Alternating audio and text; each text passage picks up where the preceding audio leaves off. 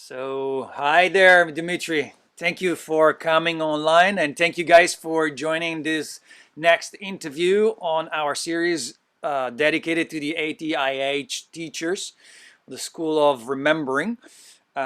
We have with us Dmitry. Why don't you tell us your full name and how you spell it properly? Hi, Gabriel, and my name is Dmitry Glukhov. You spell it Dmitry. Last name is Glukhov. All right, brilliant. Dmitry, where are you right now? I live in Salt Lake. I've been here for the last 30 years since I moved here from Russia in 1991. Okay, beautiful. So that answered my next question, which is where you're originally from. You said Russia, but where exactly in Russia? I was born in Siberia, where it's Oh, cold in February. ooh, But I grew up in Ukraine before I moved to the United States. So technically, I'm kind of both. very, Grew very up. sound spiritual tradition in Siberia. I was just reading this book by Andrea Puharich about the use of mushrooms and Amanita muscaria in the Siberian tradition. And that tradition went all the way down to the Eastern Asian countries, and they still eating the Amanita muscarias for let's say psychedelic purposes and shamanic purposes. That's hmm fascinating. Sorry, digression. So why don't you tell us, Dimitri, a little bit about your educational background? Well, educational, I actually studied psychology for about a year and a half. Then, for one reason or another, I dropped out. I felt like it wasn't really leading me towards where I need to go. And at that time, actually, I read books of Drunvalo. My mom gave me the books of Drunvalo when they came out, 2001, somewhere around there. Wow. I've read them, and I thought they were fascinating, and I didn't really do anything with them. And then later on, years, maybe 5 or 7 years later, I picked them up again. And I was like, oh my God, there's all this stuff in there. How could I miss it the first time? So one thing led to another. And I found out that Drumala does workshops. So I signed up for his workshop. It was in 2012, I think, or 13 actually. And so I took his workshop. And then I found out that Drumala says there's a teacher training as well. So I hurried up like 2 weeks later, really just to get into it was the very last class that he taught as a big group.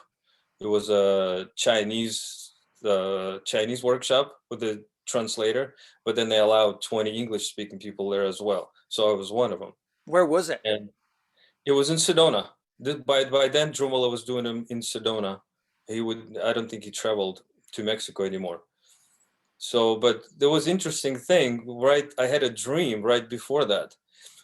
It was actually Drumvalo walking with an application form, and he handed to me, and he's like, "So you're gonna be, a teacher in my Wow, that's school?" amazing.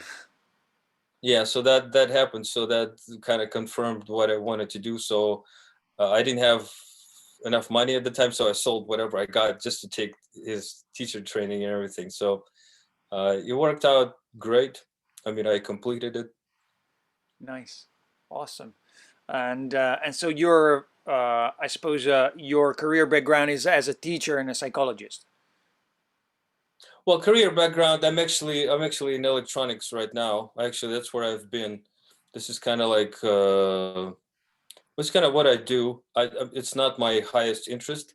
I'm trying to be independent, start something else that's more spiritual. But so far, I mean, I have a few things to heal within myself, you know. This is talking about, well, you taking an action and have an intention to do. Right. I mean, so far it's been working great. I feel like it's been a great journey. I met so many people that added to my knowledge or exposed the things that I need to work on just by being next to me. It was kind of very difficult. I was told by one teacher before, like just because you got the certificate doesn't mean you're a teacher yet. And of course, I was like, well, I got the certificate, but later on things start to happen, like life start to testing me. Are you really worth it? Are you really mean what you say? And that was a lot of working through it. I'm still working on it, just like anybody else. There's always things to work on. So I feel like it was very healing for me as far as my journey as well. Not just because I wanted to be a teacher and that's it, you know. Fascinating. Thank you for sharing that. And so, to do the numbers, you've been teaching since 2013. That 15, makes it actually 2015, because I 2015 is when I officially got the certificate. okay. So we're talking about 6 years of teaching. Yes. Okay, cool. And also, thank you for telling us. The next question would be, how did you meet Drunvalo?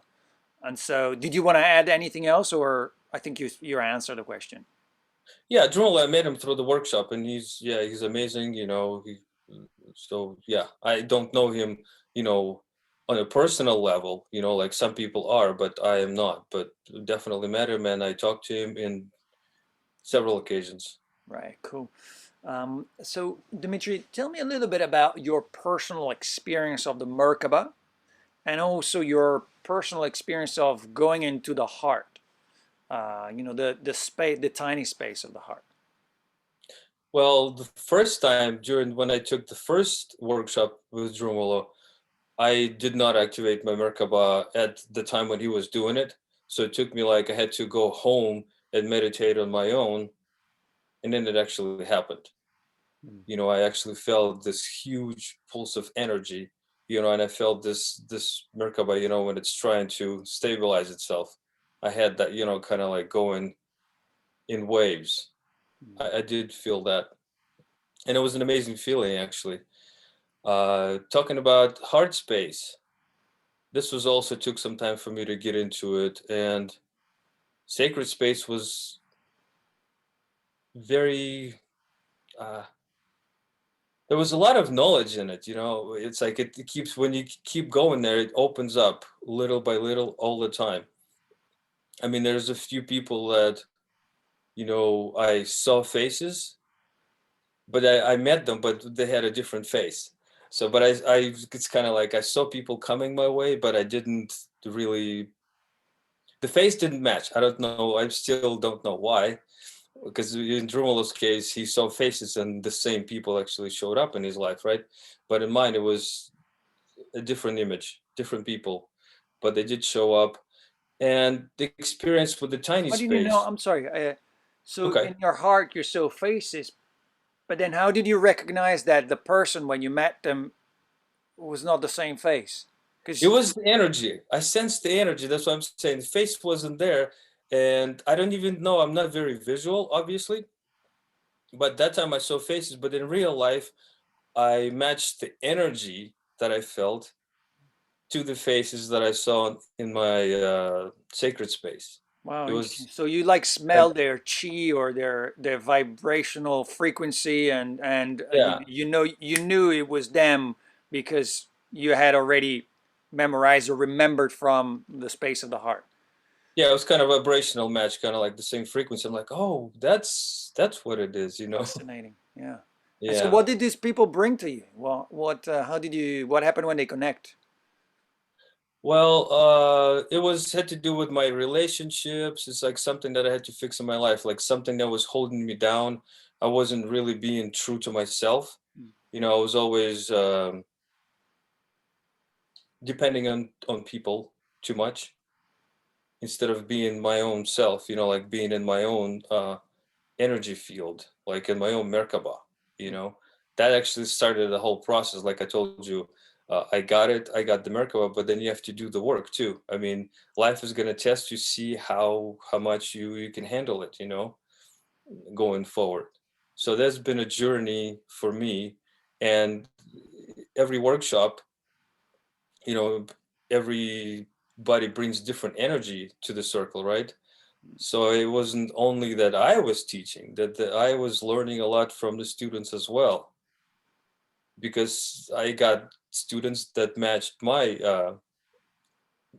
Frequency. resonant frequency, you know, vibrations. So, and so it was an amazing experience for me that it was energy exchange both ways.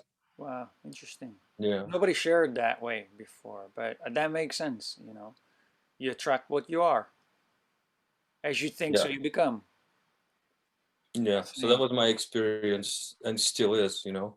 And so when you go into the heart, fundamentally you have an experience of knowledge, of great knowledge, right? Hmm. Well, And this, something that pertains to the moment, you know, it's like, you know, you go there with a specific reason. And mine was, I guess, I don't know, it was kind of interesting. Mine, you know, for some people, screen shows up. Mine was actually just like, you know, like literally a movie screen with a projector behind, and it would show me either names of the people. Sometimes, you know, sometimes it'll give me an answer that I can't answer in my normal state. mm, You know, say why I can't remember what they are right now because there was so many of them. mm, To give an example, but it was very meaningful to me. That's like I go there and I come out with a feeling that yes, this is the right way, and this was based on feeling rather than on the logical brain, which I was very hooked on, just the brain. And we all know that's not, you know, that's not the answer. It's always misleading for the most part. right. The duality of logic thinking. Um, it's fascinating how you basically brought the teachings of the heart, or at least the guidance from the space of the heart, into your daily life. And I would love you to articulate and express a little bit more of that, because a lot of people have a problem with spirituality. They don't see how it applies in their daily life. They think it's just woo-woo stuff, and it's just good for calming down and keeping your mind quiet. They don't see that there is an actual direct connection to the way we live and the things that we attract by changing our attitude. And so I would like you to speak, like in life, everyone, I think 99% of people on the planet have, three elements in their equation for happiness, and they are relationships, money, and health. These three things are, the basis of everyone's lifeline happiness equation algorithm, if we want to call it that Mhm. way. So why don't you tell us a little bit how you used the space of the heart or the Merkaba to bring wealth in your life, or your health, or healing your relationship, or improving the quality of your relationships? Well, with Merkaba, like your physical body is very important because that's the vessel that, you know, that you use um, to transfer the energy. I mean, that's the energy flow through there. If there's no energy flow, you can't really connect with anything. You know, you're pretty much bound to be just you and your brain, and which is the, you call it 3D, just this life, the physical life. And there you guess base everything off the society programming, like things should be this way but not this way. So you you don't give the element of trust, of believe, you know, feeling in your heart to come alive and bloom, you know. You kind of like, well, this is what I feel like want to do, but then the programming from society stops you. You think, well, this is not right, this is not right. Some religious stuff comes in. So it's based on that that people don't allow themselves to actually go and truly be a creator from basing things on nothing. You know, basically just kids do. They want to do something, they just go for it. They don't think about it, like how it's right or wrong. So it's I've used Merkaba on, well, I've used it mainly for protection as well. Well, not mainly, but at the beginning for protection. But then again, Merkaba only works when you in love vibration. If you hateful towards somebody, or you know, when the ego makes you feel like you better than somebody else, which is not true, that's when Merkaba stops working pretty much. You know, you cannot use it in lower vibrations. Does that does that answer the question? Let's see, what else? And so, how about the tiny space of the heart? You were onto it before. I was wondering if you could speak about those three elements of life, how you use the tiny space of the heart and the knowledge that you gather there to take care of those three elements of life in general. Well, tiny space of the heart, this is where a creation happens. So you don't get much knowledge out of it. You actually create through there. You create the people you meet. You know, you put forth an intention of things should happen, and then it was very interesting. Like actually, you know, tiny space actually helped me get to the Drunvalo's workshop because I read the books, and I kind of went there, you know, a little bit myself. So you have to put forth an intention, and you have to trust it, just like Drunvalo teaches in the workshop. You have to just let it be. You don't think logically what's going to happen. So I was actually, my intentions usually were not nothing anything specific, but to actually keep learning, keep moving forward. Mm. And of course, when people came in my life and exposed some things that I actually need to work on, of course the ego fights. It's sometimes it's painful, but you have to go through those experiences. So talking about getting something from tiny space, it doesn't necessarily, you have to be outside of duality, right? What you get is not necessarily good for you as you would interpret it with the brain, but it's the best thing for your growth. You know what I'm saying? This is like where you go through all these painful experiences to learn from them. So mainly it was my intentions were always for that. Send me people for me to transform into. And grow. Yeah. Fascinating. So you never thought about using it for money or for wealth? No, money, because somehow from the very beginning you always trust yourself. Money is just a flow, right? It's energy. I mean, if your intentions are true, the money will always be there for the purpose that you need. So I was never hooked on like having a lot of money if I don't know why I need the money. Mm. Money for the sake of money is useless. I mean, I guess you can do it, but it's gonna leave you with empty feeling after years and years of just having money for the sake of money. Mm. You know, like when I went to Drunvalo's workshop, I sold, you know, all my guitars, all my instruments, you know, just to get to the workshop, right? So I did this, and then later on, of course I purchased all of them back again. But at that time, I needed to have The money. the money, and I needed to have an action after my intention. You know, say I want to go to Drunvalo's workshop, but then how do I go there? Well, do something, and that something was selling my a lot of my instruments, and it worked. That makes sense. That makes a Yeah. lot of sense. Um, Thank you for sharing that. So my next question will be about your students and experiences that people have while or that you remember people had during the workshops. Because you mentioned that people come to you because you have a specific frequency. Yes, there was actually once, it was a workshop in Texas, one of my first ones. Um, and this woman, I think she actually had an intention to heal her eyes. There was something going on. She didn't go into details. So we did this healing on the second day, and she left. She didn't say anything. The next day, she didn't show up in the morning. And I was thinking, why? What happened? You know, like she didn't let me know anything else like this. And she had to go to an eye doctor because something happened to her eye. And later on, she told us that she had a surgery on it some maybe a year ago or something like this. I can't remember exactly how long it was, but she came to the doctor. Her eyes was like I think it's like it's not bleeding, but it was kind of like some kind of a discomfort, very physical. Mm. So, and what happened is, doctor told her, this is her words, that she said she had a little scar tissue on her eye after that surgery, and yesterday during our healing circle it actually separated, so her scar fell off, like there was nothing there, like the surgery didn't even happen. Wow. So that thing happened, and this is yeah, I've heard it. I was amazed by listening to her, you know. Wow. So she went, she didn't show up and she went to a doctor to check. Doctor, yeah.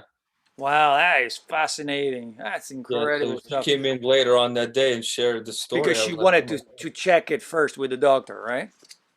Yes, because of Wow. course she got scared. Something's happening. Of course, you know, you never know. I mean, I'm not the eye doctor, so I couldn't have helped her with physical issue. You know, Yeah. You probably didn't even know about it. So, I had no idea, but yeah. I kind of had an idea, like what something. I felt like something happened, Yeah.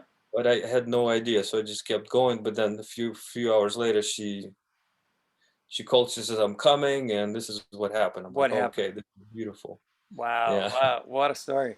I've heard a lot of these spontaneous remission stories with higher frequencies and higher energies, and a lot of trainings offer this. I mean, one of the main men's out there right now is definitely Dr. Dispenza. A lot of Mhm. people come out of his workshops completely healed of cancer and dysplasia, or all sorts of, even um, even paraplegics, and incredible stories. Um, Yeah, there was one more actually, now that it comes to mind. This was Please. actually, it was a workshop in Dallas. In the lady who actually hosted the workshop, she was a lawyer or an attorney, and she had her own law firm. So she had a building that was hers, right? And we did a workshop right there. Of course, there was nobody there, but it was interesting. She had a special room, and she built a pyramid there out of just PVC piping. Wow. But this was like where you talking about lawyers and pyramids, they don't really go together. So she had one in there. But what happened later on, she told me afterwards when she was opening up her Merkaba, she was sitting in the office, and she says when she opened it up, all the lights blew out. Even says her flashlight light bulb Wow. blew. She had so much energy. like And like so the light bulbs exploded. no, no, no, the light bulbs didn't explode, but they all just shut off. Shut off. Wow. All That's the electricity just went dead in her whole building. And wow. That's fascinating. I mean, of course, a logical mind would think different reasons or different purposes why that happened, but it's actually fascinating. It happened when she started doing it. It's incredible. yeah, I mean, there's a lot of people actually just a lot of realizations. They it's like, they come in with one state of mind, and they leave with totally transformed, like, because it's, Perception. Yeah. yeah, perception. It's just like it's two different modes of thinking. Like, you cannot apply one towards the other. You cannot apply normal, brain thinking, thoughts, and logic into the reality of the heart. Yeah. So once they try to feel and sense it, and it's like, wow, is that how it works? And it's that easy. You trust yourself, and you don't have any doubts. And that's the creation from the heart. That's exactly the explanation for it. Um, my next question is a little bit of a trend that has been going on for the last 20 years. In 2000, it was the end of the world because it was 2000, and 2012 was the end of the world because God knows why we were expected to blow up. Oh, the Inca or the Mayan calendar was ending, and then that was the end of the world there. And then finally, the end of the world actually happened in 2020 last year with all this shebang with the COVID nonsense. Hmm. Oof, I have to cut myself out from that. Anyway, um, so and then last year, the COVID happened and the world actually ended. And so, what is your opinion? What's going on planet Earth right now? What's the planet consciousness and human consciousness undergoing, and what do you think is this ascension process that is on everyone's mouth and everyone is talking about? Yes. So what happens is this COVID, in my opinion, if we're talking about this is actually a test for all of humanity. This is like a very important part in our life right now. In fact, probably the most important one. It's how much you're going to be in fear. I mean, people try to scare you, and this is you're going to have to decide whether you stand alone as an part of cosmic family, and you make your decisions. You're not going with the rest of the herd. You know what I'm saying? You're not going where people going just because everybody's going there doesn't mean you have to. So you have to start making your own decisions. So this is, I mean, as you can see, there's so many sources that the virus is just it's not as big as people make it. Mm. You know. So basically, I mean, the to me, I statistics think are blunt. You know, it is so obvious that this thing is not viral and it's not killing. Yeah, because I mean, with everybody was putting the masks on for the last 6 months and didn't even phase anything. The virus was doing whatever it was doing. If you're talking about virus, Yeah. so like I said, people have to get out of this fear. They have to stand alone and say, "Look, I don't care about it. I'm not doing this anymore." And that's as simple as it gets. You just have to start using your critical thinking. Yeah. That's what it's all about. That's exactly what it is about. I mean, like, I've looked at the statistics from the very beginning, and it blows me away to see that 99%.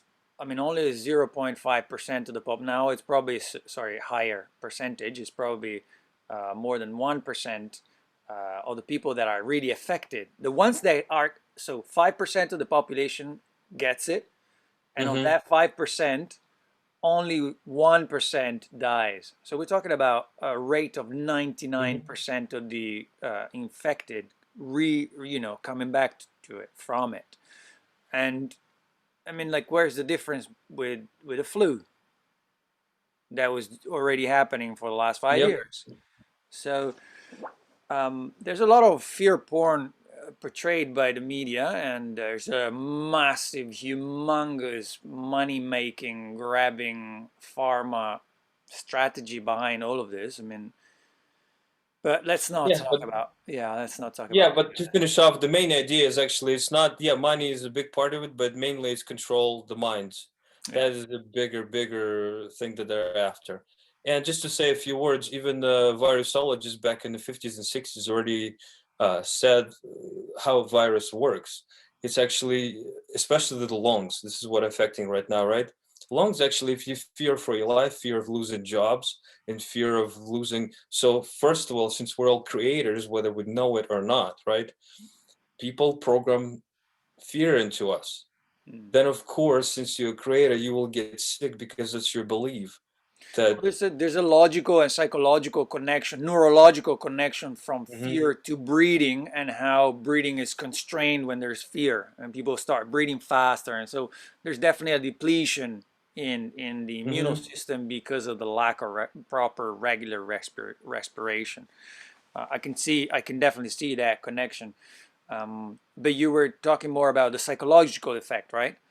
Yeah, that's how it starts because it psychologically it it weakens your immune system if you're in a state of contraction. Mm. Bruce Lipton even explained that very well. Saying your body's either in the building mode or protection mode. Mm. When it's in protection mode, it stops building new cells. So Mm. your whole body starts to, fade away. Mm. So immune system gets weakened, then the virus becomes real, of course, because you made it real. Right. That's all there is to it. So Yeah, that's a fascinating subject. I mean, not one that a lot of people enjoy listening or talking about. It's a little bit of a fringe discussion, but as you think, so you become, and we are easily affected by our own thoughts and our own beliefs. That's what we create. Our reality is what we think is in our that's the mind. only things we get affected by is our own thoughts. Yeah, Thoughts is you have to control them. You have to, because thoughts don't even come from us. They're being imposed on us, yeah. you know. We are told what to think right now. But to keep going on the ascension process, nothing's really, in my opinion, and that's what Drunvalo said, nothing's really gonna happen dramatically fast. Nothing in universe happens that abruptly. Like Drunvalo was talking about the Vesica Pisces, like the two bubbles, one separate. This is the third and fourth dimension. And right now, all the separation is happening. Right now, we're still within that Vesica Pisces. And you can see how some people have a different perspective on life than some other ones. One's fear based, the other one's, you know, expansions and love and high frequencies, many names for it, right? So slowly in the next 3 to 4 or 5 years, all of that is going to be, I mean, people who with open minds or open hearts will exist at the same time as the old school people, with old mentality. We all going to exist together for some period of time before we completely separate. But right now we're going to exist back to back with each other, only we'll look at things differently. And that's what's happening. You know what I'm talking about, because you. I mean, that's true of whole of history anyway. I mean, Hmm. that's never gonna change. Everyone will have their own opinion. It's just that right now there's a massive polarization because of the challenges that we're facing. It's either you're in and you're going Vax way, or you're out and you're like, you guys go on and do your thing and believe what you want, and I don't mind. It's Yeah. very black and white right now. Which is kind of why there's so much conflict and so much difficulty with relationships. But it should be a conflict now. You know, people who are awakening, they should just be leading people by their example. There's no need to prove to anybody because everybody is their own, soul that have an experience here. Right. So the less aggression towards anybody would be better. Agreed. Absolutely. Um, I have some friends that are doctors and nurses that hate me to the bone because they are in the trenches every day. You know, like they see the people that are sick. They see the people that are affected by their lungs. Um, and it's a difficult discussion with them because it's a reality under their eyes. They don't Hmm. see those that lost their jobs. They don't see the ones that don't have a house anymore, but they see the ones that are dying. So it's a difficult, it's a challenging situation, definitely, in all But that. everybody's okay with the challenge. You just have to put forth the effort. Right. You have to. It's either you just, if life puts you down, you go with it, or you trying to question, why is this happening, what am I doing? And everybody has that chance. It's like you can't say, like, oh, circumstances. Well, don't be a victim of circumstances. Right. Start thinking how you're going to get out of it. And Yeah. that's everybody else's experience. Everybody comes here with a different frequencies, and so different mode of learning is exercised on them. So no, like Drunvalo said, nobody's really in trouble. Life is perfect. Everybody's in the place where they need to learn what they need to learn.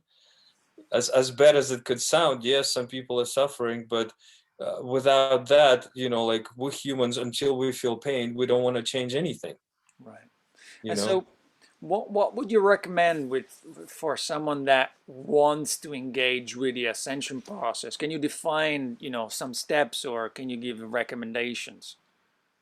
You have to start thinking what's important for you. You have to have a goal. If you don't have a goal, where are you going? Then that's when reality just does whatever with you.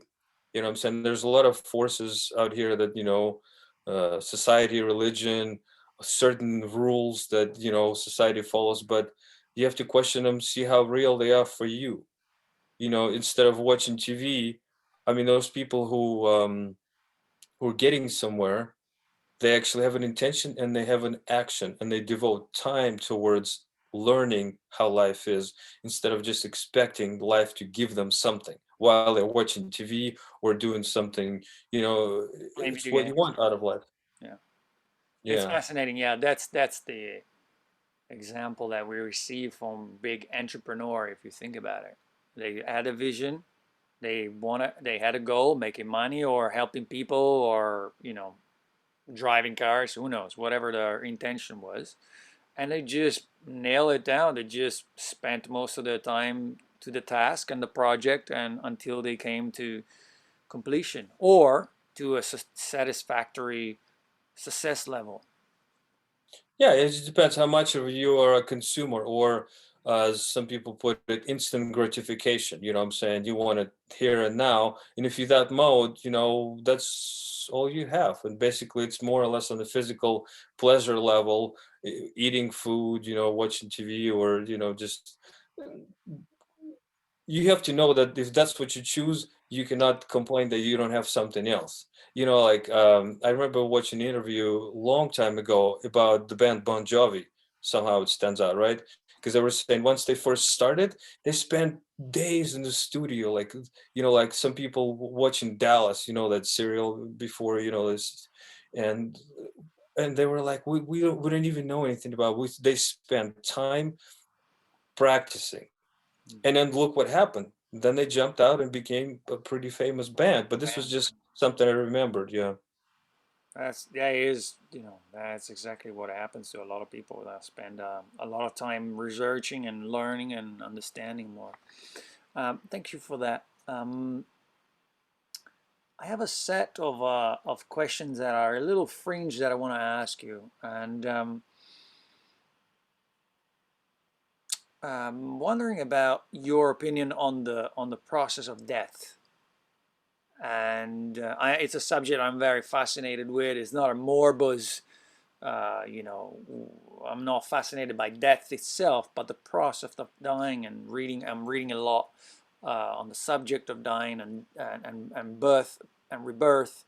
And one of the things that I keep on hearing is how um, a lot of people go through this tunnel and they see the light, and then on the other side there's a greeter or someone from a previous lifetime, someone they recognize from someone from their current life, and they are welcome, they're helped to remember, and then they're taken somewhere else. What is your opinion about this process? Do you think it's a cycling back into, you know, reincarnation? Do you think it's actually the only thing that happens? Well, tell us your opinion. What do you think? Well, you cycle. It's like it all starts with your soul. Soul has a certain experience that it wants to experience through you, right? Mm. And that becomes your incarnation at first, you know. So basically, your higher self is actually responsible for setting up a certain program or your life with certain events happening that soul has ordered, right? That's how I know. So basically, you're going through all this from, let's say, from time you're born till you die. You already have a program set up for you if you choose to be, let's say, unconscious, right? If you don't know if anything Like is, you still, a plan of things that should happen. yeah. So you're Yeah. still going through that, right? And it's okay if you complete your life just the way it is. Your soul still have an experience through you. But Mm. at that point, at some point, you know, like in the middle of your life, let's say, or any time you choose to wake up, let's say, and be aware of how things go, then you have more control over what's happening to you. Then you're a conscious traveler. You Mm. don't just, you know, you don't just travel, you know, like in the car and you're a passenger and you just kind of look to the left, look to the right. You know, you're not really controlling, you're not the driver. So at some point you can wake up and actually be the driver, see, and it doesn't mean that you can literally just do whatever, but you could be more in tune what your higher self planned for you, right? And this way your life actually becomes not as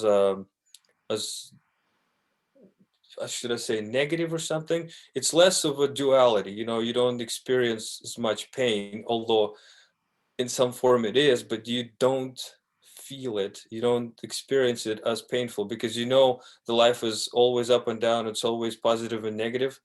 And as you learn more and more, you kind of like learn how to lessen your negative experiences, because uh, negative experiences are painful, they're only there for you to learn something.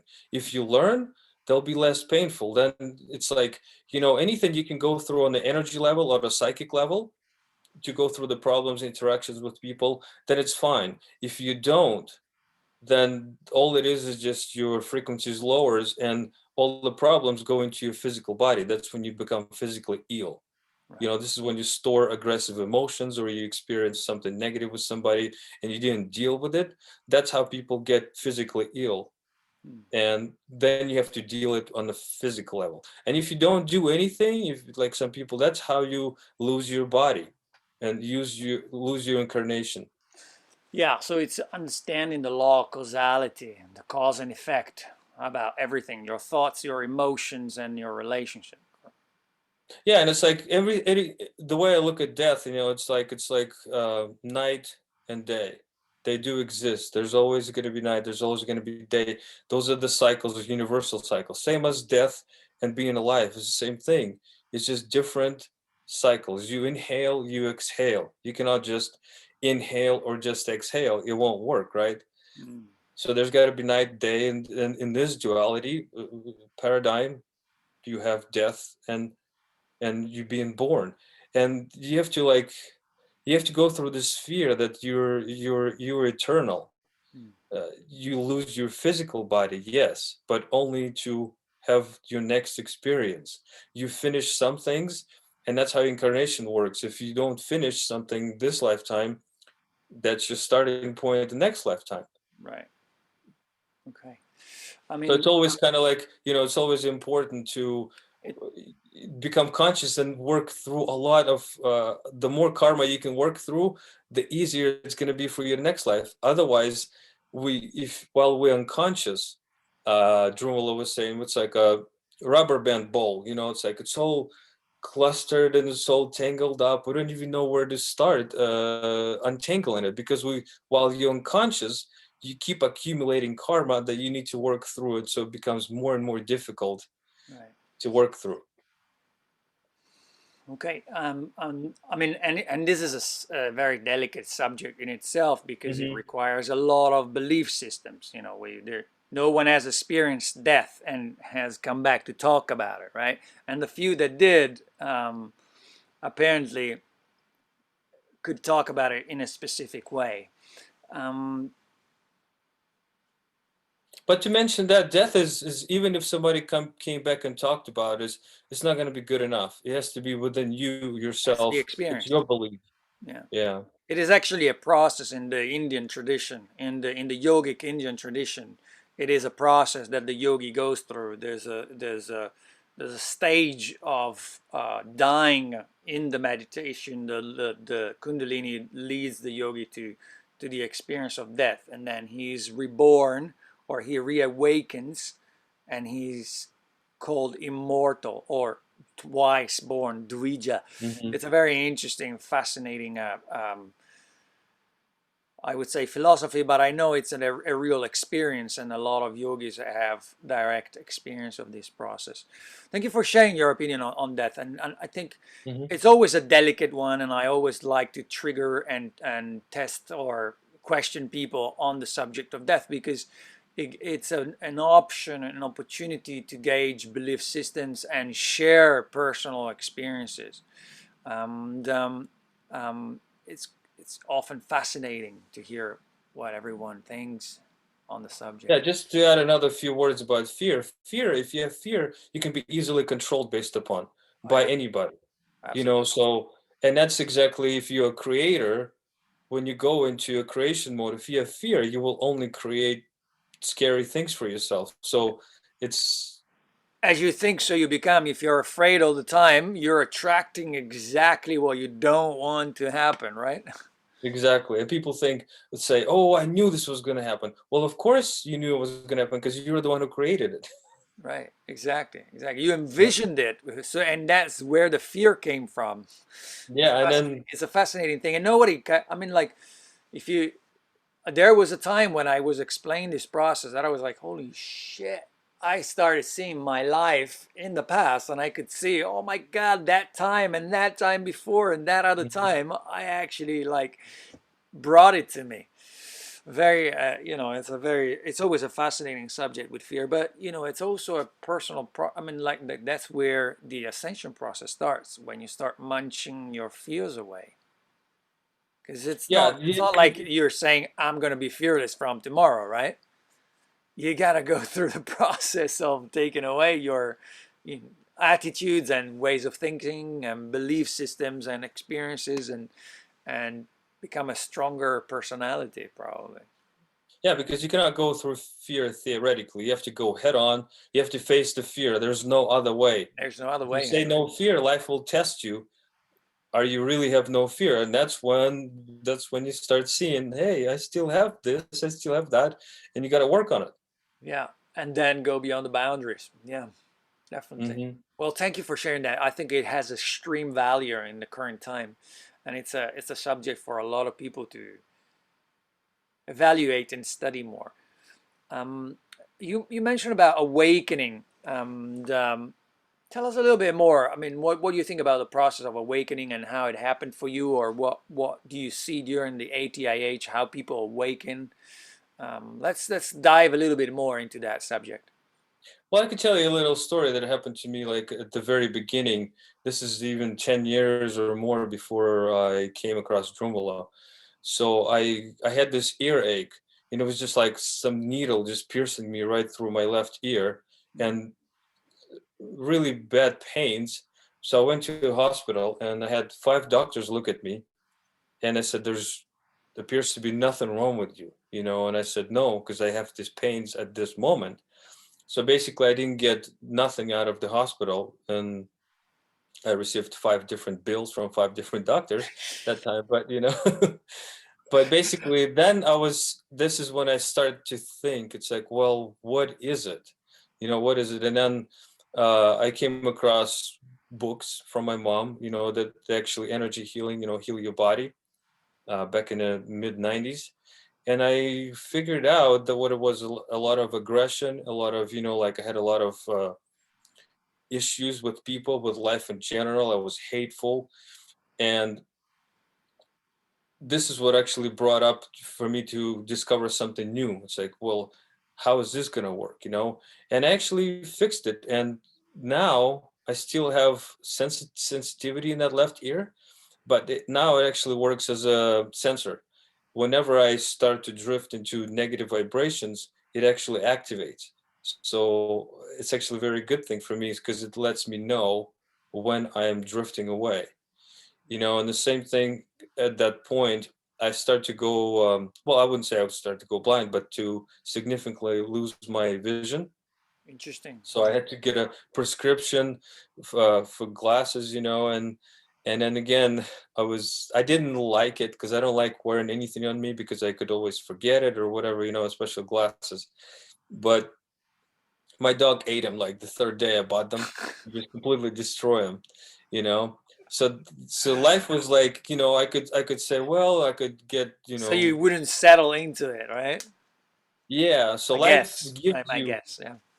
yeah, no, this, yeah, you got it right. So it's like, so I wouldn't just, you know, get a fix for what it is, you know, just to little, you know, make it up with the glasses. So, and again, life was telling me through my dog, you know, work on your energy, you know. And again, anything's mainly on your head is, you know, aggression, fears, you know, hatefulness. I've had it all, you know. The dark side. Yeah, and then slowly through, you know, I wanted to, you know, understand it. So slowly, I with interaction through people, I start to, you know, see the other side, where the person's coming from, before I start to hate him, or you know, completely shut him off. You know, my vision actually came back, and a lot of it helped because I started looking at the sun too. Ooh, uh that's one of Sun my helped. favorite subjects. Please. Yeah, sun gazing was what did a lot to me. That's when, you know, when you have your intention, life will give you all this information, you know what I'm saying, all this knowledge. Hey, do this. So I started sun gazing, and within a year, probably, or even less, probably, I don't remember, this was a long time ago, I was in my 20s, talking about losing your vision when you're in your 20s. It's Freaking why. out, probably. Yeah. Yeah, so I couldn't even see a stoplight almost in front of me. It was getting really bad. But that worked out. So that's actually what started for me to seek something else. You know, people rely on this medical field, but it's like, take 200 years ago, there was healers, and people knew how to heal themselves. They wouldn't, you know, they wouldn't go give their energy to somebody else to fix them. You know, like before, back in the day, the village doctor was getting paid to keep people healthy, not to heal them from illness, but to keep them healthy. That was his job. You know, right now it's quite the opposite. You know, the more sick people, the Buy the healthier. pill, buy the pill. Yeah. It's good no matter what. Just buy it, take it. You know, that's the Yeah, attitude, so right? it perpetuates people to stay in this negative cycle, that, you know, they say, you know, you go to a hospital, they'll heal you to death there, you know what I'm saying? And there's, Ha, you know, and that's what's happening right that's now, for you know? real. That is for real, man. Yeah, so right now people start to see what they eat, see how they, you know, look at this life, and like get out of this mode of just going with somebody else's flow, you know, and expecting somebody else's, like, to change their life. Nobody really cares to change your life, and that's a good thing. Universe loves you so much that it doesn't want to interfere with your own reality here. You have to, life wants you to become creator, stand on your own 2 feet, and be an individual soul by definition, first of all. Then we can gather into groups like-minded people, and then we can create a different future. Right. That's beautiful. Um, you were talking about awakening before, and also the sun. And so, what can you tell me a little bit more about the sun, and what your experience is and what you think about?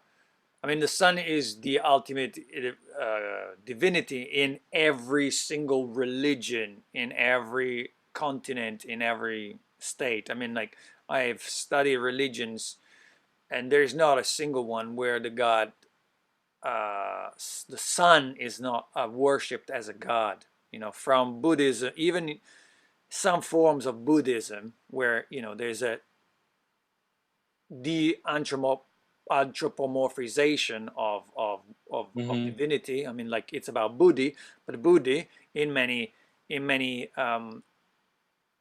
schools of Buddhism, it's the sun. It's perceived as this massive form of light. And back into any form of history, the sun is worshipped as giver of life and giver of healing, giver of bounty and abundance, and it's considered this supreme consciousness on a human, for humans at least. And it's a fascinating topic that I always love to discuss with teachers and meditators, because it comes back to the inner light, the light of consciousness and the light of our awareness. Um, Please take it away. Yeah, I enjoyed the subject too. Sun is the father sun. It's the male aspect of the whole creation. That's why we were dependent on it, because this is our father, and mother is earth. This is when creation takes place. You take away the sun, life will cease to live here, physical life. That's where we get the energy. That's when we get all the knowledge. This is where the action. Sun is very active, so this is where we get the will to do something. While mother is holding us, father sun gives us the energy to change things. Yeah. It's just like two aspects works together. And well, like I said, I fixed my vision through just looking at the sun. And first of all, like, if people want to go that direction, you have to at least give it a chance, believe into something, that give it give it a chance. But I tell people, like, oh, you got to look at the sun, you're going to get cancer. you know Who and it's said like, that? oh, a lot of people actually, they put sunscreen on because they think they're going to get cancer. And it's like, it's been promoted by the media, that sun gives people cancer. And again, this is one of the part of the creation's unconscious creation. You believe that sun will give you cancer, so when you go get burned by the sun, people do get cancer. Interesting. So it's kind of like this. It's Fascinating. we're being shifted away from our nature, from our true nature. The sun gives us life. It'll give you everything. And I to mean, you me, it just doesn't. have to see how people respond in countries like England or even in Italy. I mean, people are so addicted to the sun here in Italy that when it's foggy or when it's cloudy for a whole week, sometimes it rains for a whole week, and or in the north there's a foggy season. There's a lot of fog, Mhm. and everyone lives in this dark gray fog for sometimes even a month. When the sun comes out, people are exploding with joy.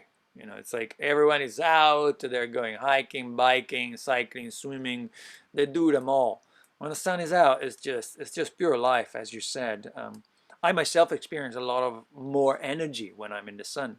I don't really understand these claims about cancer's effects. Maybe longer exposure. I can understand people that are under the sun, 10, 12 hours every day. That has been But medically tested. But at the same time, like people in Africa, they're out in the sun all day long, so it's yeah, like, it's again, it's your belief. different pigmentation, their body is designed for it.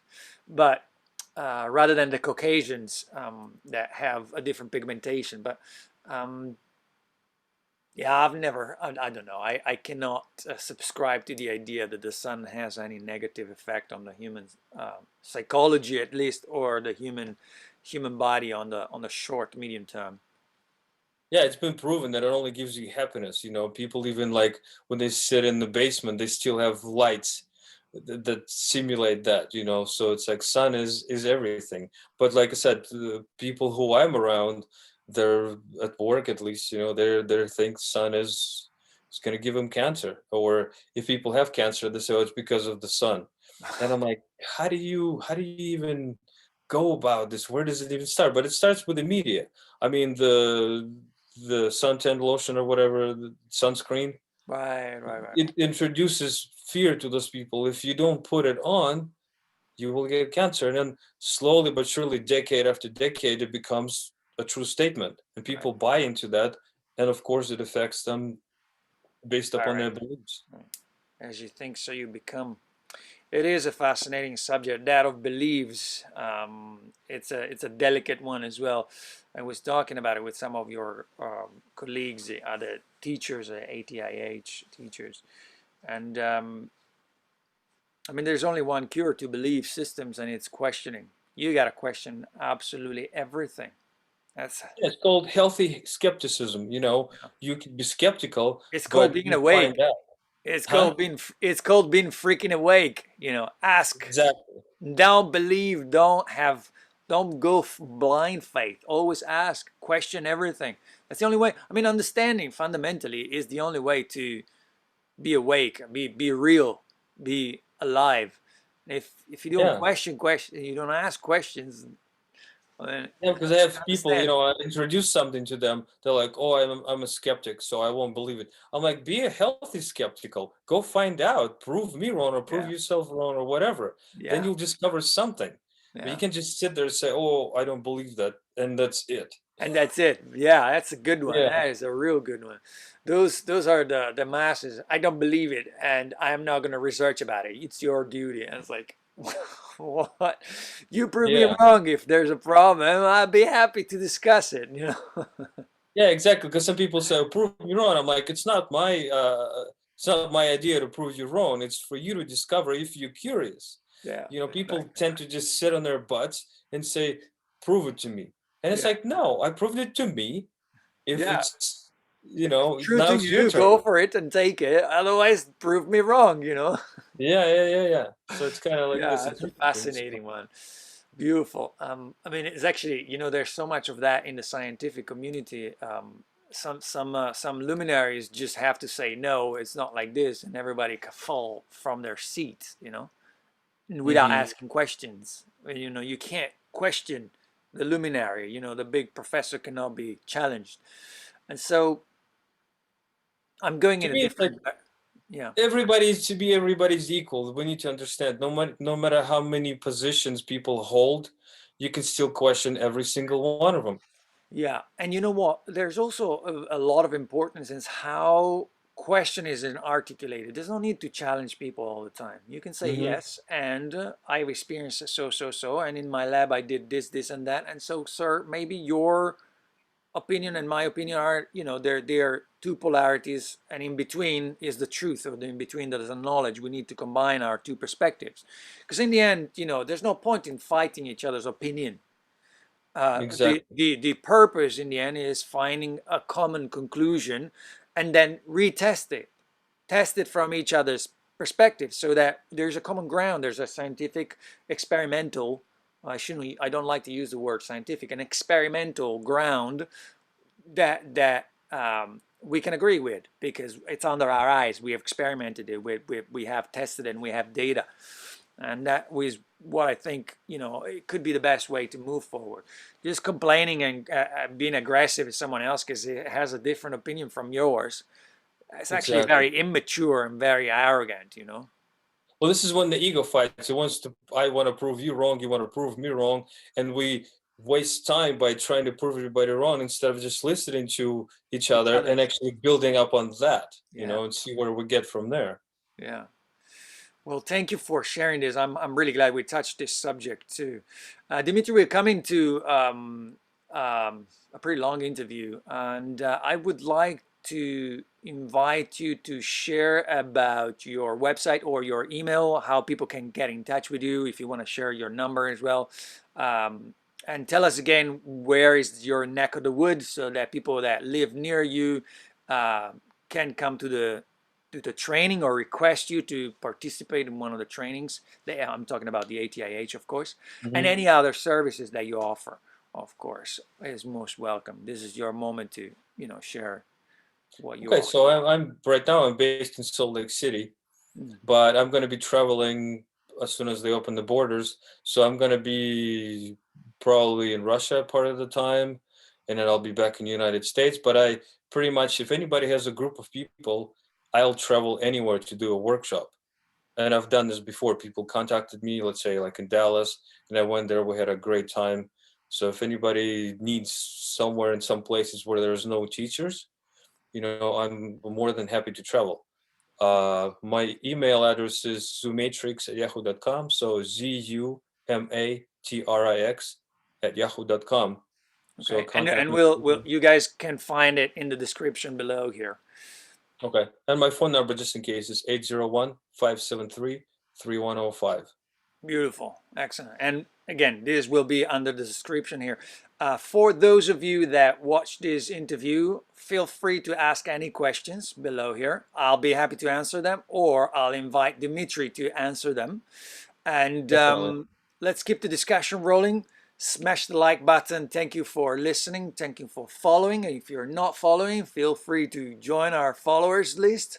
A big thank you to Dmitry. It was a pleasure having this Thank you chat so with you, much. I Dmitry. appreciate you inviting me too. And I'm on SOR School of Remembering website as well. So my profile's there. That's the main website where you can find Brilliant. me. Awesome. Take care, you guys. See you in the next interview. Bye bye for now.